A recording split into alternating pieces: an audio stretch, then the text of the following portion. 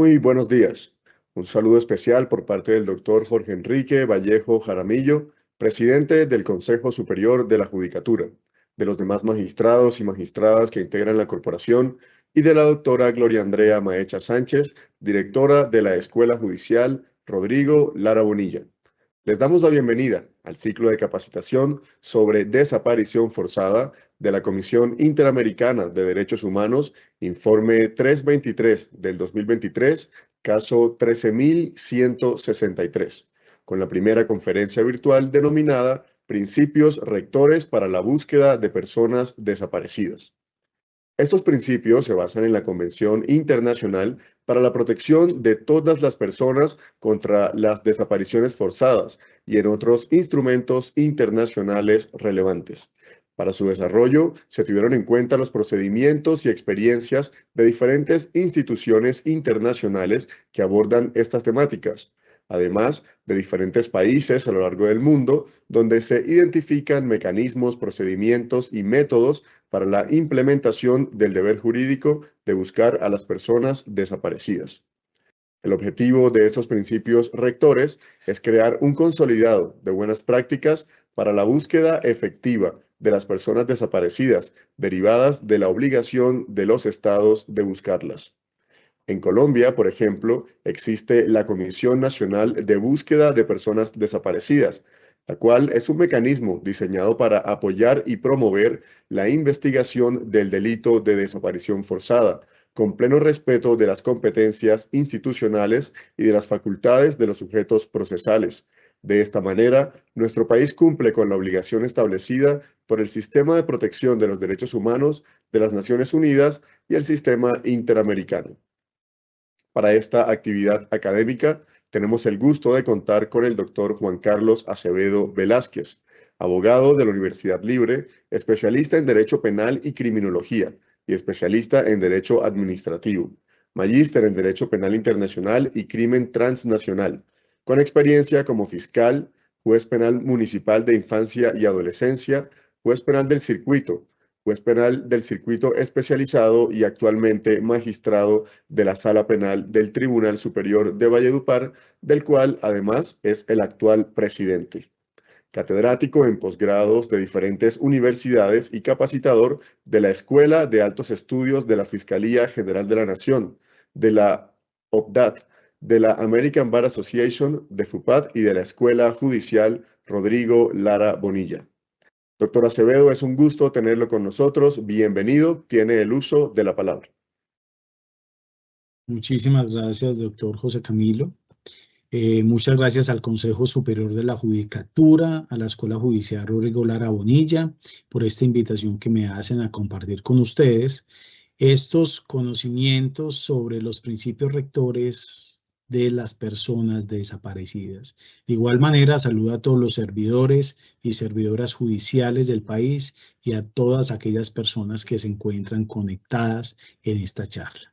Muchísimas gracias por la invitación y por la confianza que me dan desde la Escuela Judicial Rodrigo Lara Bonilla, la cual le tengo bastante cariño.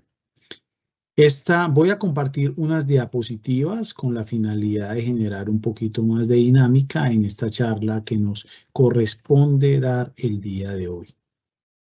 Entonces, vamos a hablar de la desaparición forzada, pero no vamos a hablar del delito en sí de desaparición forzada y acorde a la dogmática del mismo, sino que vamos a hacer referencia en esta primera charla a cuáles son los principios rectores para la búsqueda de personas desaparecidas, que precisamente esto deviene de un informe que presentó la Corte Interamericana de Derechos Humanos sobre un caso que sucedió en el Distrito Judicial del Cesar, donde se hace un llamado de atención a nuestro país y dentro de ellos para que a todos los servidores judiciales y servidoras judiciales del país se capacite sobre este tema en particular.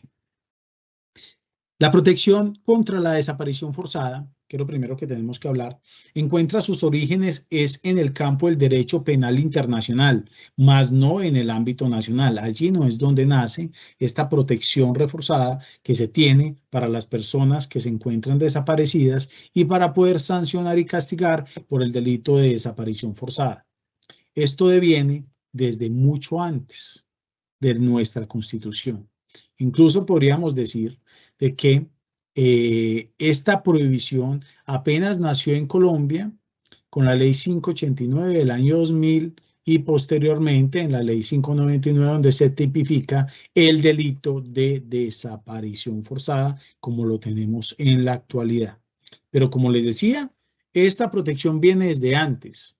La Asamblea General de las Naciones Unidas fue la primera en pronunciarse con respecto a este creciente fenómeno y lo hace en 1975 con la resolución 3450 de esa misma anualidad, donde utiliza por primera vez la expresión desaparecido al referirse a un número de víctimas del conflicto armado que se estaba dando en el país de Chipre, de quienes no se conocía su paradero. Posteriormente, con la resolución 32118 de 1977, reafirma la preocupación por dichas prácticas realizadas en estos casos y hacemos referencia a lo que estaba sucediendo en Chipre, incluso lo que sucedió posteriormente en situaciones de guerra como en Ruanda, en la antigua Yugoslavia. Se habla de esta práctica realizada por empresas criminales y allí se tienen en cuenta, incluso se sancionan posteriormente por los tribunales penal ad hoc para la antigua Yugoslavia, tribunal penal ad hoc para Ruanda, empresas criminales conjuntas que hacen referencia al Estado en sí y a todas las organizaciones militares que hicieron parte de ese mismo por delitos de desaparición forzada.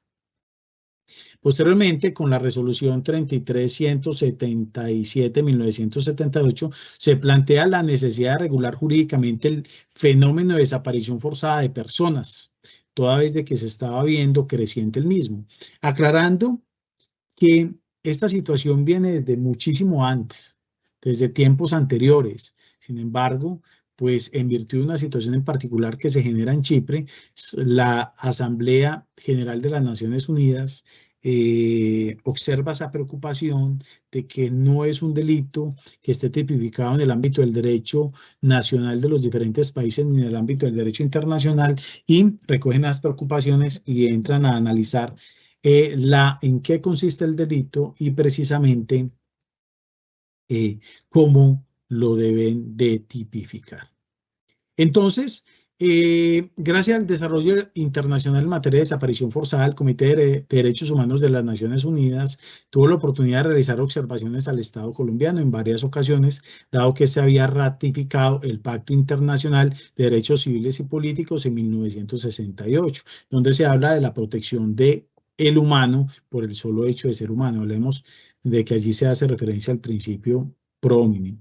Así en su observación, y acá hablamos de una observación del 25 de septiembre de 1992, el comité hace referencia al contexto de violencia generalizada que incluía el fenómeno de desapariciones y es por ello que exhorta al Estado colombiano a eliminar la impunidad en este tipo de prácticas que se venían realizando por parte de diferentes organizaciones criminales al interior de nuestro país. Y de igual manera, hay muchas más observaciones, como los informes A4340 de 1988.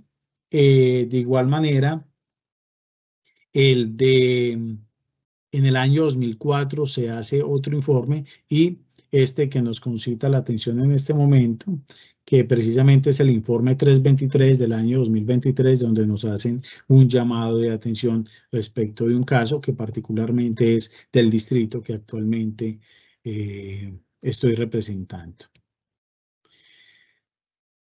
Se viene, y esto es necesario decirlo porque allí parten estos principios rectores para la búsqueda de personas desaparecidas, se viene la Convención Internacional para la Protección de todas las personas contra las desapariciones forzadas, que en sus siglas es el ICPPED, que fue aprobada por la Asamblea General mediante resolución A61177 de diciembre del año 2006 y que entró en vigor el 23 de diciembre del año 2010, que fue ratificado por parte de Colombia en esa misma fecha, esto es en el año 2010. Los países que ratificaron la convención, dentro de los cuales se encuentra Colombia, acordaron que esta sería jurídicamente vinculante y en lo sucesivo se le denominaría estados partes de la convención. La Convención Internacional para la Protección de todas las personas contra la desaparición forzada fue adoptada, como les decía, el día 20 de diciembre del año 2006, pero en Colombia entró a regir o la adoptó mediante la ley 1418 del año 2010, entendiendo que la convención ella misma indicaba de que ella entraría a operar en diciembre del año 2010, esto para darle lugar a los estados firmantes de que la adoptaran por intermedio de diferentes normatividades. Recordemos que acá estamos hablando es de la protección para las personas contra la desaparición forzada, porque recordemos que antes de esto ya existía normatividad respecto al delito de desaparición forzada, que es diferente. Recordemos que está tipificado en nuestra legislación en la ley 599, pero viene ya tipificado desde la ley 589 desde el año 2000. Esta ley 589 que les acabo de hacer referencia, además de tipificar la desaparición forzada de personas como delito penal, establece varios mecanismos de prevención del delito y de protección de los derechos fundamentales de las personas que resultan afectados con la conducta.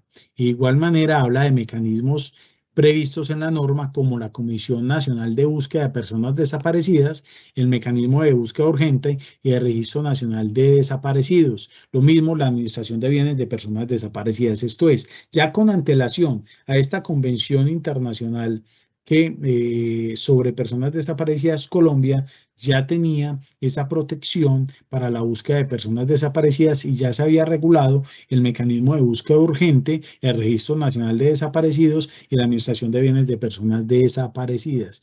Pero solo es con la Ley 1418 del año 2010 que en estas normatividades entran a regir estos principios rectores para la búsqueda de personas desaparecidas, de los cuales vamos a hacer referencia el día de hoy. Los principios rectores para la búsqueda de personas desaparecidas se basan en la Convención Internacional para la Protección de todas las personas contra las desapariciones forzadas y otros instrumentos internacionales relevantes. Y como muy bien lo dijo el doctor Camilo, allí se tomó en cuenta la experiencia de órganos internacionales de todo el mundo, de igual manera de países que estaban tipificando y luchando contra la desaparición forzada. Esos principios fueron inspirados en los principios y directrices básicas sobre el derecho de las víctimas de violaciones manifiestas de las normas internacionales de derechos humanos y de las violaciones graves del derecho internacional humanitario, en la cual se tiene el derecho de las víctimas a interponer recursos y obtener reparaciones, y también se fundamentó en el conjunto de principios actualizados para la protección y promoción de los derechos humanos mediante la lucha contra la impunidad. Y esto viene de tratados internacionales.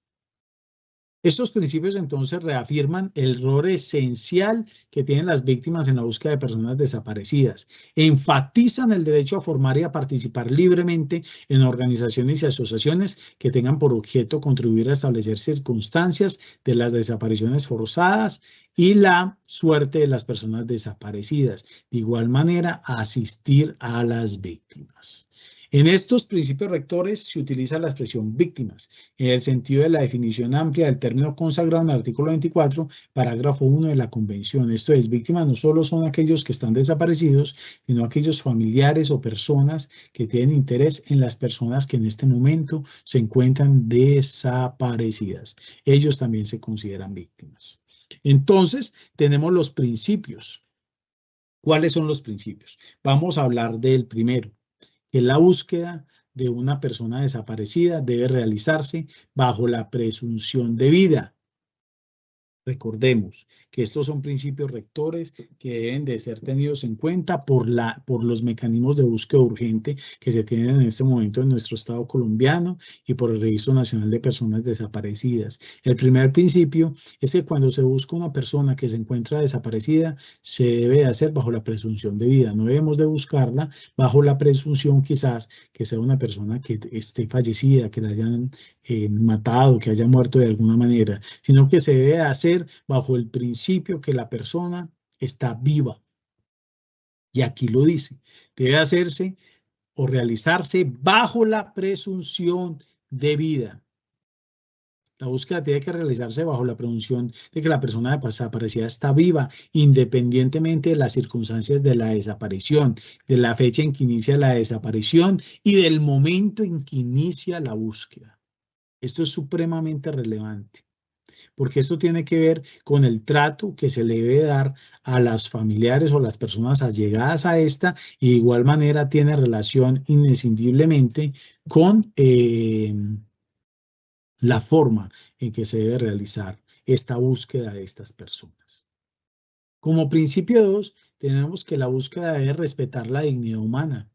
Recordemos que la dignidad humana es un principio rector de nuestro Estado social de derecho. De igual manera es un principio rector en el Pacto Internacional de Derechos Civiles y Políticos y de igual manera en la Convención para la Protección de las Personas Desaparecidas. Esta dignidad humana hace referencia a que se le debe respetar la dignidad a las víctimas. Debe ser un principio rector en cada una de las fases del proceso de búsqueda de la persona desaparecida. Durante el proceso de búsqueda, la dignidad de las víctimas requiere su reconocimiento como personas que se encuentran en una situación de especial vulnerabilidad y riesgo. Óigase bien, a las víctimas, esto es, a las víctimas directas de la desaparición o a sus familiares, se deben tratar como personas en situación especial de vulnerabilidad y riesgo.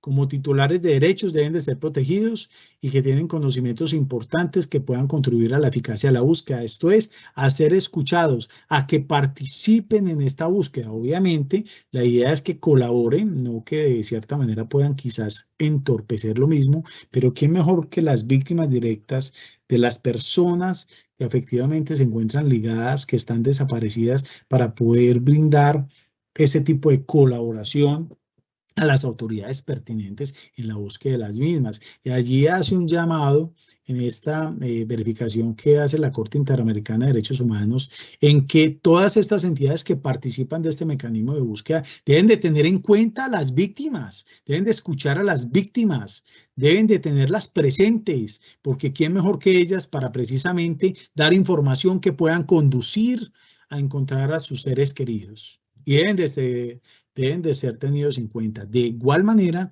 estos funcionarios públicos deben de ser capacitados para realizar el trabajo con enfoque diferencial, que también es un principio, realizar la búsqueda con enfoque diferencial. Deben actuar con conciencia de que trabajan para garantizar los derechos de las víctimas y deben de orientar su trabajo en favor de ellas y no sentir que es una molestia que las víctimas familiares de las personas desaparecidas quieran hacer parte de ellos, sino integrarlas, tener esa sensibilidad humana para lograr esa integración de estas personas en la búsqueda de estas personas que se encuentran desaparecidas. No aislarlas, no dejarlas a un lado. Y deben de hacerlo con enfoques diferenciales y para ello deben de ser capacitados en enfoques diferenciales para poder entender que no es lo mismo un menor de edad a una persona mayor de edad y que no es lo mismo conforme a las situaciones que los diferencian, conforme a las situaciones étnicas, conforme a las situaciones personales que diferencian a cada una de estas personas y por ello se hace la referencia a enfoque diferencial, que ya más adelante abordaré un poquito más. Las autoridades en este principio, acorde a este principio, tienen el deber de velar por las víctimas, incluidos los familiares, no sean objeto de estigmatización y otros malos tratos morales o difamaciones que lesionen su dignidad. No, es que esa persona es una persona que acostumbra a desaparecerse, es que es una persona de un mundo diferente, es una persona que acostumbra a hacer circunstancias que quizás ese tipo de comentarios lo que hacen es estigmatizar a la persona y por ende y estigmatizar a la familia. Entonces, las autoridades deben de velar porque las víctimas y sus familiares no sean objeto de esa estigmatización y malos tratos morales o difamaciones que lesionan su dignidad y su buen nombre, así como los de su ser querido. Cuando sea necesario, deben de tomar medidas para defender la dignidad de las víctimas en contra de ataques difamatorios. Para eso hay acciones judiciales, precisamente. para evitar este tipo de situaciones. Y hay también acciones de protección que se pueden realizar por intermedio de las diferentes instituciones estatales, como la misma Policía Nacional. La entrega de los cuerpos o restos mortales cuando la persona desaparecida pues, se encuentra muerta. Cuando se entregan estos cuerpos o restos mortales de las personas desaparecidas a los familiares, debe realizarse en condiciones dignas, de conformidad con las normas y costumbres culturales de las víctimas, respetando siempre que se trata de restos mortales de una persona y no de objetos. Esto se le da importancia y se debe tener sensibilidad al momento de hacerlo. No es simplemente nos encontramos muerto y tenga acá, como en muchas ocasiones se da con diferentes situaciones que se nos presentan en nuestra rutina diaria, donde las personas se van desensibilizando y pareciera que nos objetivizamos, más bien nos cosificamos, me disculpan, esa es la palabra correcta. Nosotros somos seres humanos y como seres humanos, y sobre todo en estas circunstancias de las personas que son víctimas, directo o indirectamente, de esta situación de desaparición forzada o desaparición que termina en muerte, se encuentran los hallazgos de los cuerpos, al momento de la entrega de los mismos, se debe hacer conforme a unas prácticas adecuadas, conforme a una política criminal y pública que el Estado tiene, que debe de mantener sobre este tipo de situaciones lamentables que se presentan. La restitución debe proveer también los medios y los procedimientos necesarios para una sepultura digna en consonancia con los deseos y costumbres culturales de las familias y sus comunidades. Por eso se habla de enfoques diferenciales también.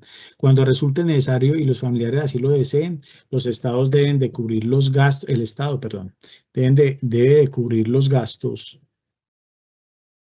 del traslado del cuerpo o de los restos mortales al lugar que determinen los familiares para la sepultura, incluso cuando el traslado sea desde o hacia otro país, porque el Estado tiene responsabilidad en este tipo de situaciones, porque precisamente lo que dijo la Corte Interamericana de Derechos Humanos, los Estados sí tienen responsabilidad por medio de las instituciones. Y dentro de esta responsabilidad está también de que si bien no se logró la protección de las personas para evitar este tipo de situaciones lamentables que se presentan de desaparición, por lo menos generen esa protección en que esos cuerpos o hallazgos que se generan de los restos puedan ser sepultados donde la familia lo quiere, cubriendo incluso los gastos en caso de ser necesario. Estamos hablando de los principios internacionales, ¿no?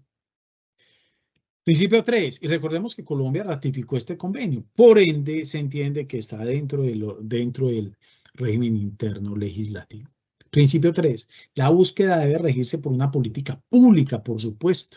La búsqueda debe ser parte de una política pública integral en materia de desapariciones, en particular en contextos en los que la desaparición sea frecuente o masiva. Los objetivos de esa política integral, además de ser de la búsqueda, deben ser la prevención de desapariciones forzadas, el esclarecimiento de las ya ocurridas, el justo castigo de los perpetradores y la adopción de medidas de protección a las víctimas, entre otras medidas que garanticen que no se vuelvan a cometer de desapariciones forzadas. Esto es, el Estado debe establecer una política pública, los estados firmantes, donde se logre evitar la cantidad de desapariciones forzadas que no ocurran, la protección a las víctimas y los mecanismos de búsqueda de las mismas. Por eso el Estado colombiano tiene la Comisión Nacional de Búsqueda de Personas Desaparecidas, el cual fue un mecanismo diseñado para, primero, apoyar y promover la investigación del delito de desaparición forzada, con pleno respeto de las competencias institucionales, esto ya es en Colombia, y las facultades de los sujetos procesales.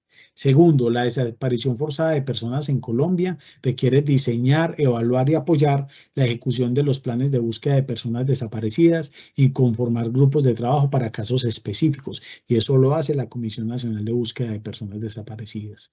La comisión es integrada por los máximos representantes de las instituciones que la conforman o sus delegados, que son permanentes. Y acá está la Fiscalía General de la Nación, la Procuraduría General de la Nación, la Defensoría del Pueblo, el Ministerio de Defensa, un delegado de la Oficina de Derechos Humanos, el director del Programa Presidencial para la Defensa de la Libertad, el director del Instituto de Medicina Legal, un representante de la Asociación de Familiares de desaparecidos, y un representante de las organizaciones no gubernamentales, esto es ONG, de derechos humanos escogidas por ellas, que en este caso es la Comisión Colombiana de Juristas.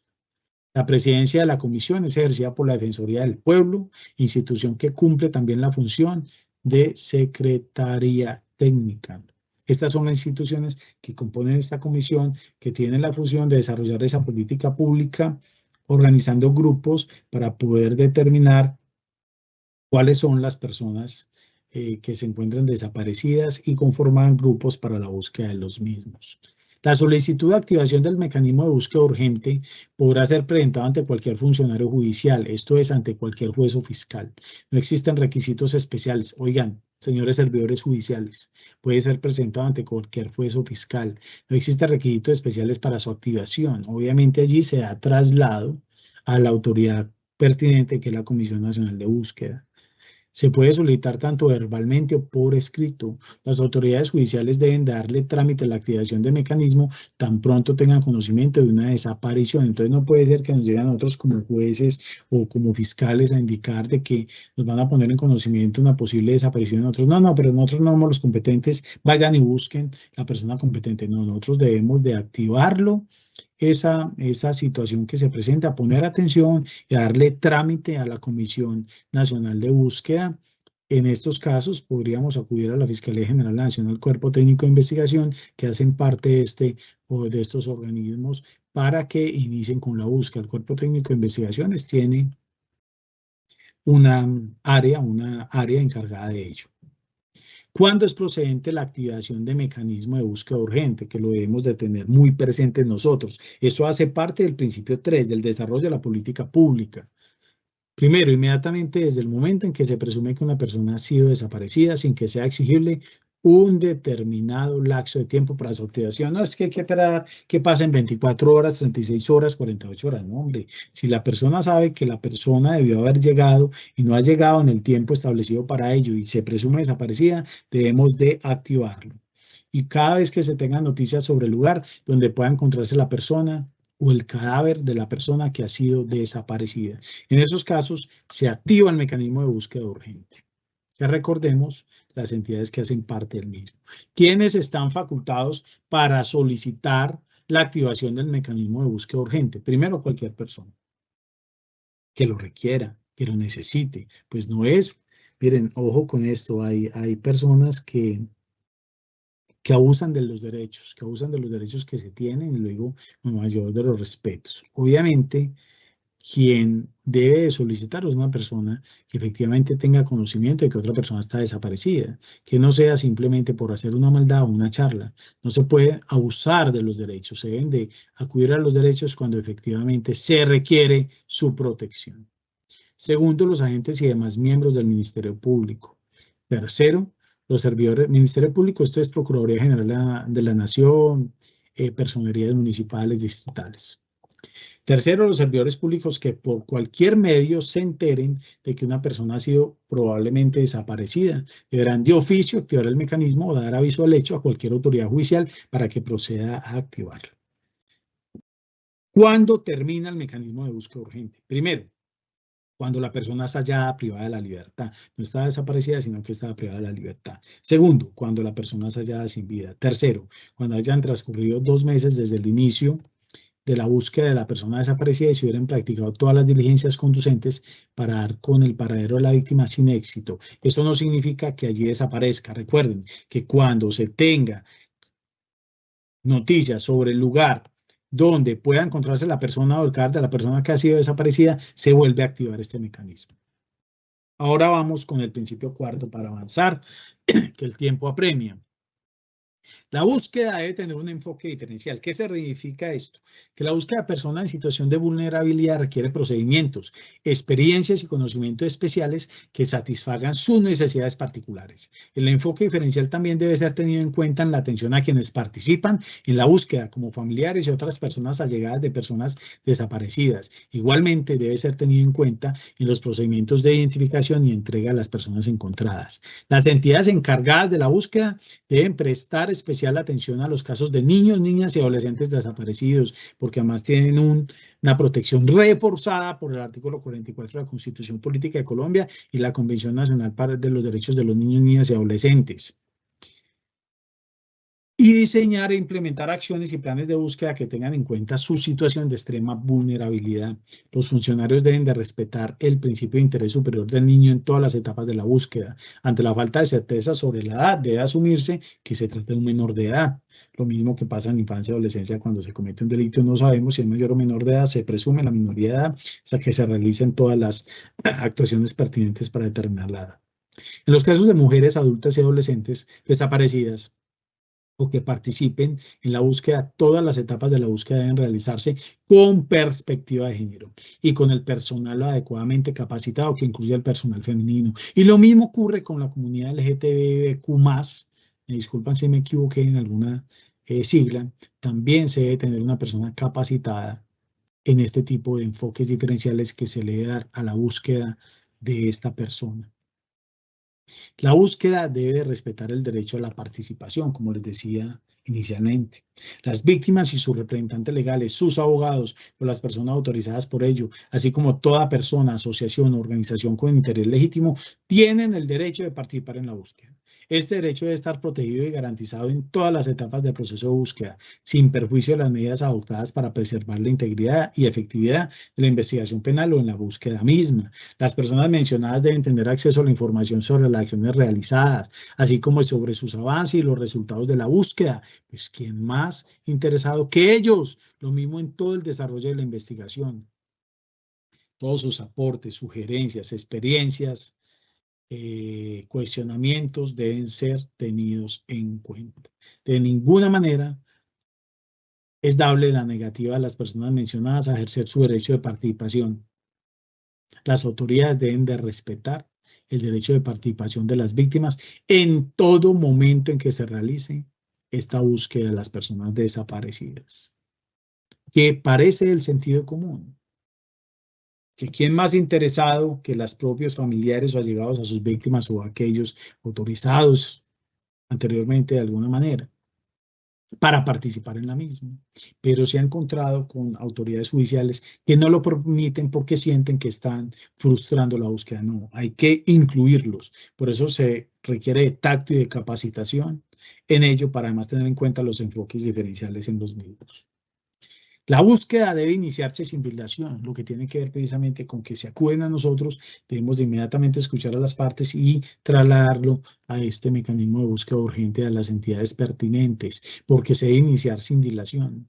Tan pronto como las autoridades encargadas de la búsqueda tengan conocimiento, por cualquier medio, tengan indicios de que una persona haya sido sometida a desaparición, debe iniciar las acciones de búsqueda de forma inmediata, sin ninguna demora o dilación, de manera expedita. Estas acciones de búsqueda deben incluir, cuando sea necesario, el desplazamiento a los lugares pertinentes.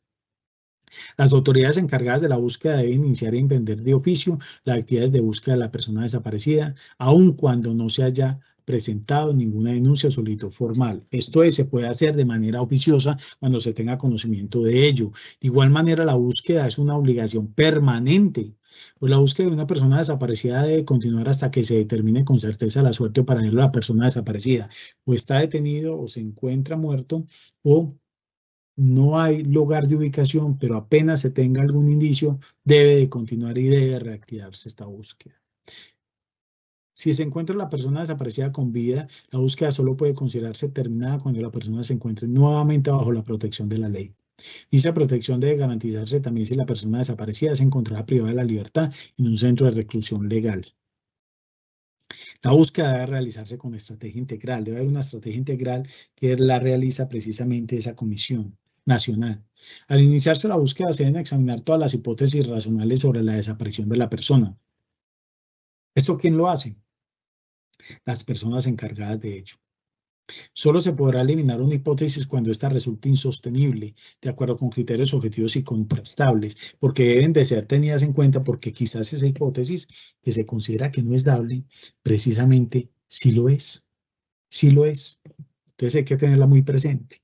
La formulación de hipótesis sobre la desaparición de una persona debe estar fundada en toda la información disponible, incluida aquella integrada por los familiares o denunciantes. Por ello se habla de inclusión de ellos. Y en el uso de criterios científicos y técnicos. No debe basarse en preconceptos relacionados con las condiciones y características individuales de la persona. Es que la persona no se halla en un lugar, mantiene un lugar a otro, por ende, no está desaparecida, no la vamos a activar, no. Hay que tener en cuenta lo que está diciendo la familia de las personas cercanas, entendiendo de que no se ha vuelto a comunicar para poder activar este mecanismo y poder dar la búsqueda y no quedarnos creyendo que la persona está evadida de su familia. No, hay que buscar. Si llegamos a encontrar esta situación, pues se encuentra bien la persona que lastimosamente no quiere estar cerca de su familia, de sus seres queridos, es una situación diferente, pero se encuentra. Esto es, hay que activar ese mecanismo de búsqueda para poder darle tranquilidad a la víctima, a las víctimas. No podemos tomar esto con relajo o ser parsimoniosos en lo mismo. La búsqueda debe tomar en cuenta la particular vulnerabilidad de los migrantes, porque puede ser que personas migrantes de otros países se desaparezcan. No podemos no tener en cuenta esta situación cuando vienen a acudir a nosotros, que porque son migrantes, no. Esto no significa necesariamente que por el hecho de ser migrantes no estén desaparecidos. Ellos están en una vulnerabilidad, porque son personas que cruzan de manera regular y irregular las fronteras internacionales, sobre todo cuando hay niños y niñas que no están acompañados. Los estados deben de tomar medidas específicas de manera coordinada para evitar que en estas situaciones se cometan desapariciones, cuando están pasando el tampón de Darier y se desaparecen. Recuerden que muchas de estas personas están siendo sometidas ya, no solo hay un tráfico de migrantes, sino que ya hay una trata de personas.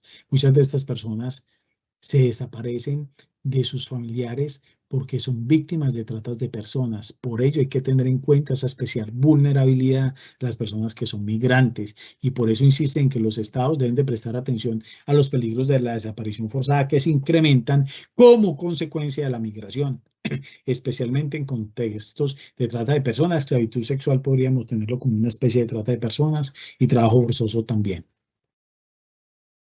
Los estados expulsores y receptores de migrantes y refugiados deben adoptar mecanismos de búsqueda específicos adecuados a las dificultades de las situaciones migratorias. Deben ofrecer garantías y condiciones seguras a las personas que pueden dar testimonio sobre las desapariciones forzadas vinculadas con la migración. No se debe desechar por el hecho de ser migrantes. Los migrantes están en una especial situación de vulnerabilidad, sobre todo cuando son niños, niñas y adolescentes. La búsqueda debe ser organizada de manera eficiente, debe haber eficiencia en la búsqueda. Cada estado en los que se hagan desapariciones forzadas o de grupos o personas deben de contar con facultades legales las autoridades y recursos financieros y técnicos necesarios, una estructura administrativa y organizativa para poder realizar una búsqueda de manera eficiente. Se deben de contar con todas las disciplinas para realizar una búsqueda adecuada y con presupuesto para ello. La búsqueda debe de usar la información de manera apropiada. Recordemos que acabamos a recibir información de los familiares y de todas las personas que los vieron durante como los últimos momentos antes de desaparecer. Las autoridades encargadas de la búsqueda deben tomar decisiones con base en toda la información y documentación disponible y recaudada. La información sobre la búsqueda debe ser registrada en forma completa, minuciosa y apropiada.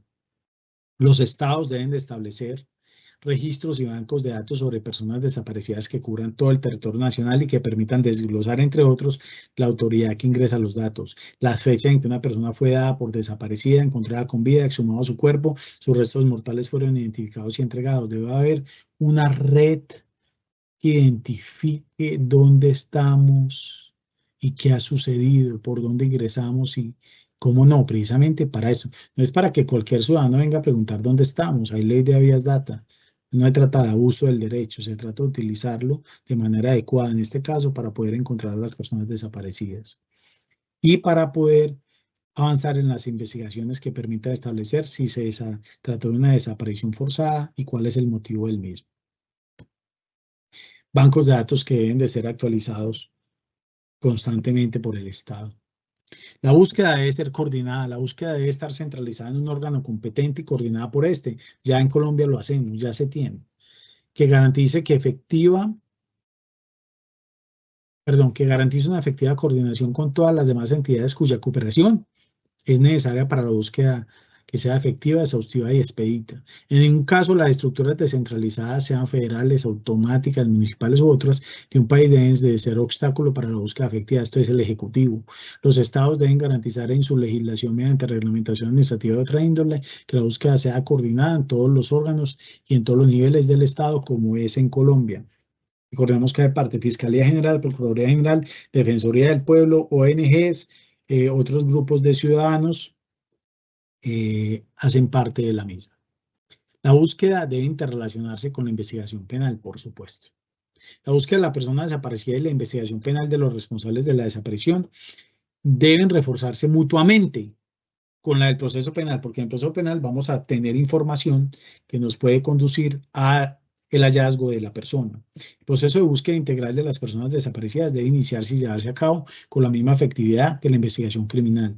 Cuando la búsqueda es realizada por autoridades no judiciales independientes de los que integran el sistema de justicia, se deben establecer mecanismos y procedimientos de articulación, coordinación e intercambio de información entre ellas y las que llevan la investigación criminal, de manera que se garantice la retroalimentación regular y sin demora entre los avances y resultados obtenidos por ambas entidades. Recordemos que en Colombia son entidades estatales donde también se integran entidades de carácter particular en esta Comisión Nacional de Búsqueda. O sea, es una mixtura entre lo estatal y lo particular.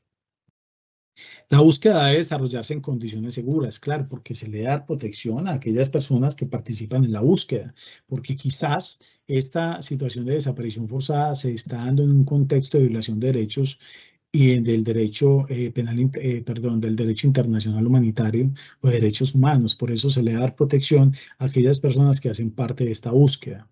Entonces, acá dice nuestro principio: en el desarrollo de la búsqueda, la protección de víctimas debe ser garantizada por las autoridades competentes en todo momento, independientemente del grado de participación que decidan tener en la búsqueda. Las personas que en el marco de la búsqueda y o investigación ofrezcan testimonios, declaraciones o apoyos deben gozar de las medidas de protección específicas y atienden las necesidades particulares en cada caso.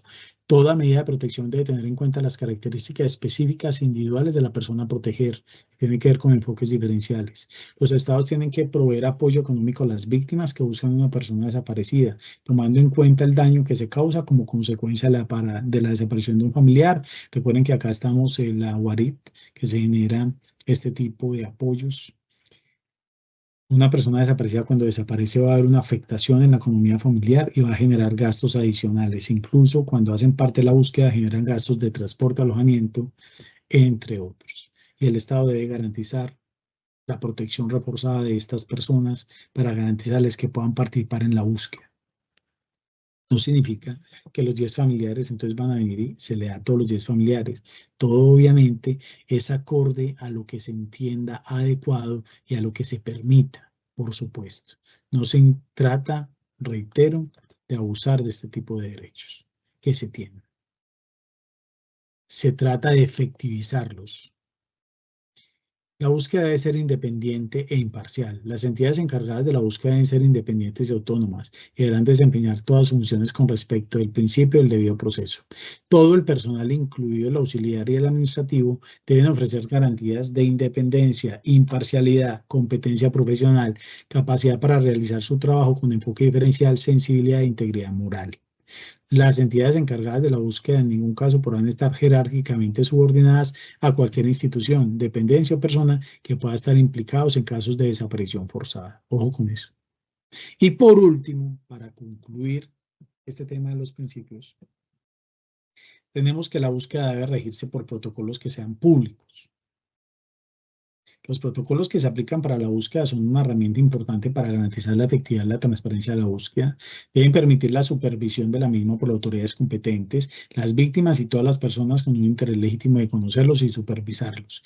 Estos protocolos deben de ser públicos. Una búsqueda ágil y efectiva puede a veces requerir innovación y creatividad, lo que puede llevar a la modificación de los protocolos existentes. Las innovaciones deben de estar fundadas y ser transparentes por parte de aquellos que lo hacen. ¿Esto qué significa? Miren, existe una convención internacional para la búsqueda de personas desaparecidas. Dentro de esa convención internacional para la búsqueda de personas desaparecidas, tenemos que hay unos principios rectores. ¿Cuáles son los principios rectores? Los 16 principios a los cuales acabo de hacer mención, donde obligan al Estado a realizar diferentes actividades con la finalidad de crear ese mecanismo de búsqueda urgente de personas desaparecidas, de crear unos mecanismos de protección a las víctimas de personas desaparecidas y además a sus familiares o personas allegadas, donde se generen que en esos mecanismos de búsqueda urgente se permita que los familiares y las personas allegadas participen en los mismos, donde genere un presupuesto por parte del Estado que pueda garantizar esta búsqueda de estas personas y donde se establezcan unos responsables de ellos, que como ya lo vimos, está la Fiscalía General de la Nación, la Procuraduría General de la Nación, la Defensoría del Pueblo, ONGs y entidades de carácter privado que hacen parte de lo mismo, e incluso el Ministerio del Interior y la Oficina de Derechos Humanos de la Presidencia de la República, que hacen parte de este Comité Nacional de la búsqueda de personas desaparecidas. Y recordemos que hay un registro de personas desaparecidas y este registro tiene una finalidad precisamente de ir verificando qué es lo que está pasando con estas personas y estar activando los mecanismos de búsqueda urgente, porque puede ser que una búsqueda urgente, 3 años, un año, pongámosle, no aparece la persona, pero después, al cabo de año y medio, se tiene en cuenta que la persona se observó en algún lugar. Allí se vuelve a activar ese mecanismo de búsqueda urgente para poder entrar a verificar si efectivamente la persona, si estaba en ese lugar o no estaba en ese lugar. ¿Y quién lo hace? Estas instituciones. En la Fiscalía General de la Nación, el Cuerpo Técnico de Investigaciones, es el encargado de hacerlo. Recordemos que como servidores judiciales tenemos la obligación y el deber precisamente de poder, si recibimos esta información, dar el trámite que se requiere adecuado a estas personas que están requiriendo de nuestro apoyo para buscar o para que haya una búsqueda de sus seres queridos. Y recordemos también que deben de dar enfoques diferenciales, no lo mismo cuando es un niño, una niña, no lo mismo cuando es una mujer, por decirlo así, allí también hay un enfoque de género, una persona mayor o adulta mayor, cuando hay desaparición hace parte de la comunidad LGTBIQ+, cuando hace parte de una etnia. Hay que tener todos esos enfoques diferenciales para poder aplicarlos en la búsqueda y hacerlo con mayor humanidad, porque recordemos que uno de los principios que acá pareciera como fuera el segundo, pero debería ser el primero, es el de la dignidad humana. Claro que entendemos que el primero es que la búsqueda de personas desaparecidas se debe hacer con la presunción de que la persona está viva, no que no lo está. Hay que tener muy en cuenta este tipo de situaciones, es supremamente importante. Recordemos que el delito de desaparición forzada pues nace apenas en el año 2000 para nuestra legislación, que desde ese año 2000 ya se empezó a hablar en Colombia del mecanismo de búsqueda urgente, pero que de igual manera ya a partir del año 2010 tenemos que con la ley 1418 de esa anualidad se adoptó la Comisión Internacional para la Protección de todas las personas contra la desaparición forzada del año 2006, que fue adoptada por la Asamblea Nacional de la Organización de Naciones Unidas, ONU. Recordemos entonces que tenemos un mecanismo de búsqueda urgente, recordemos que tenemos una Comisión Nacional de Búsqueda, recordemos que tenemos dos procedencias para la activación del mecanismo de búsqueda urgente. El primero es en el momento en que se presume una persona desaparecida, sin importar el lapso de tiempo, y el segundo, cuando se tenga noticia sobre el lugar donde pueda encontrarse la persona o los restos de la persona. Y recordemos cuando, conforme a estos lineamientos que se tienen en nuestra legislación interna, que son acorde a la legislación interna, se entiende que termina el mecanismo de búsqueda urgente, pues cuando es hallada la persona viva, cuando la persona haya privada de la libertad, cuando es hallada sin vida, o después de 2 meses se haya dado inicio a la búsqueda de persona desaparecida, se habrá practicado todas las diligencias conducentes para dar con el paradero de la víctima sin éxito, pero Si luego efectivamente se tiene noticia de que de pronto está en algún lugar, se vuelve a activar el mismo. Eso no significa que después de 2 meses no se siga buscando, se puede seguir buscando, pero es lo ideal. Doctor José Camilo, esta es la charla que teníamos programada para el día de hoy. Quedo atento a las preguntas del público. Doctor José Camilo, le doy el uso de la palabra, así cumpliendo el término que teníamos para esta charla. Muchas gracias, doctor Juan Carlos Acevedo. Y efectivamente pasamos a la sección de preguntas. La primera de ellas es la siguiente. ¿Quiénes componen en Colombia la Comisión Nacional de Búsqueda de Personas Desaparecidas? Muchas gracias, doctor. Es bueno reiterar quiénes lo componen. Lo compone Fiscalía General de la Nación, Procuraduría General de la Nación, Defensoría del Pueblo, Ministerio de Defensa o un delegado de la Oficina de Derechos Humanos del Ministerio de Defensa, el consejero presidencial para la Oficina de los Derechos Humanos, el director del Programa Presidencial para la Defensa de la Libertad, el director del Instituto Nacional de Medicina Legal, un representante de las organizaciones no gubernamentales de derechos humanos escogidas por ellas. Actualmente es la Comisión Colombiana de Juristas. Y la presidencia de la comisión, así como la secretaría técnica, lo debe ser ejercida por la Defensoría del Pueblo. Muchas gracias, doctor. Vamos con la siguiente pregunta. ¿Cuál es el rol esencial del Estado en la búsqueda de las personas desaparecidas? Gracias, doctor. El rol esencial en la búsqueda de personas desaparecidas es establecer políticas públicas que permitan crear mecanismos de búsqueda urgente de personas desaparecidas, hacer los registros de estas personas desaparecidas, generar apoyos dentro de las políticas públicas a los familiares de estas personas que se encuentran desaparecidas, y de igual manera establecer en las políticas públicas no solo el mecanismo, sino las entidades encargadas de realizar esta búsqueda urgente. Ese es el rol esencial del Estado en este tipo de situaciones. Gracias, doctor, por su respuesta. Vamos con la tercera y última pregunta. ¿La búsqueda de personas desaparecidas debe tener un enfoque diferencial? Sin duda alguna, incluso los principios son muy reiterativos en ellos. Aproximadamente 3 principios: el de la dignidad humana, el de darle enfoque diferencial, el de tener en cuenta a las víctimas y a las personas cercanas a ellos. Hacen referencia a que se requiere un enfoque diferencial, porque no es igual dependiendo de las circunstancias, cuando la desaparición se da dependiendo de ciertas circunstancias. Me explico. Hay que tener especial cuidado cuando hacemos referencia al caso de niños, niñas y adolescentes. De igual manera, hay que aplicar enfoque de género cuando hablamos de mujeres, adolescentes, adultas o adultas mayores. También cuando hablamos de la comunidad LGTBIQ+, de igual manera cuando hablamos de que la desaparición se dio en diferentes etnias, hay que tener muy en cuenta este tipo de situaciones, tanto así que lo que se obliga por parte del Estado es que se capacite a los servidores judiciales que hacen parte de ese mecanismo de búsqueda urgente en dichos enfoques. Es necesario, doctor. Doctor, tenemos una pregunta más por parte de uno de los asistentes a la videoconferencia. Claro. Toda vez que parece que se da por sentado cuáles son los presupuestos del tipo penal, ¿se pueden desaparecer muertos o solo vivos? Es decir, una persona desaparece los cuerpos en el marco del conflicto armado. ¿Incurrieron en este delito, teniendo en cuenta que no lo privaron de la libertad, que solo se lo llevaron e inhumaron? Muchas gracias, doctor. Lo que pasa es que el delito de desaparición forzada es un tipo penal en específico que hace referencia a cuando se aísla de la protección de la ley o del Estado a una persona con la finalidad de que no se sepa ni siquiera su paradero. Incluso tiene diferencia con el delito de secuestro. El delito de secuestro tiene unas finalidades y se sabe el paradero. En el delito de desaparición forzada, lo que se pretende es aislar de esa protección constitucional y legal a la persona y que nadie vuelva a saber de su paradero.